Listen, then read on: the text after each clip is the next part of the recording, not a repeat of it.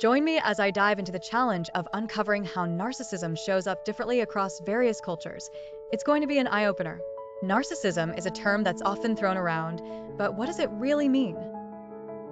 At its core, narcissism is a psychological phenomenon characterized by an inflated sense of self-importance, a deep need for admiration, and a lack of empathy for others. Understanding narcissism is crucial, especially when it comes to relationships, communication, and even personal growth. But here's the thing.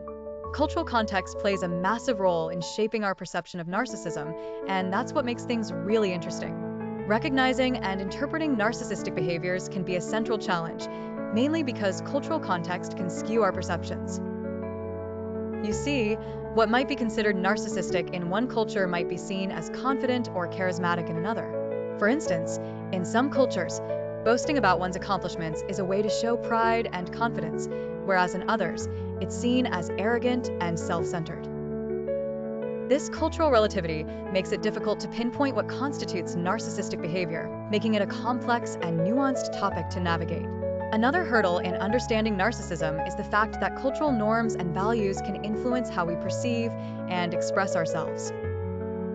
In some cultures, humility is prized above all else, while in others, assertiveness and self-promotion are encouraged. This means that what might be seen as narcissistic in one cultural context might be perfectly acceptable in another. Moreover, cultural expectations around emotional expression, personal boundaries, and relationships can also impact how we exhibit and respond to narcissistic behaviors. The lines between confidence and narcissism can be blurry, and cultural context can further obscure them.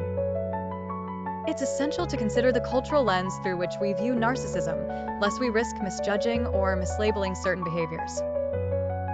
By acknowledging these cultural differences, we can begin to tease apart the complexities of narcissism and develop a more nuanced understanding of this multifaceted phenomenon. In some cultures, such as in certain African and Asian societies, community is prioritized over individualism, and humility is seen as a virtue.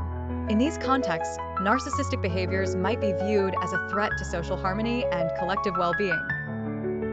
In contrast, in some Western cultures, individualism is prized and assertiveness is encouraged. Here, narcissistic tendencies might be seen as a hallmark of success and confidence. For example, in Japan, the concept of Han and Tate-mei highlights the distinction between one's true feelings and the facade presented to the world, which can sometimes be mistakenly interpreted as narcissistic. In the Middle East, hospitality is a sacred value, and generosity is seen as a key aspect of relationships. In this cultural context, extravagant displays of wealth might be seen as a sign of generosity and respect, rather than as narcissistic posturing. Similarly, in some indigenous cultures, the concept of midikui oyasin, we are all related, emphasizes the interconnectedness of all beings. In these societies, narcissistic behaviors might be viewed as a disruption to the delicate balance of relationships and the natural world. One of the most compelling insights I've come across is how narcissism can be both celebrated and stigmatized in different cultures, creating a profound impact on our understanding of the topic. In some cultures, narcissistic tendencies are seen as a necessary evil for success and progress, while in others, they're viewed as a threat to social cohesion and community.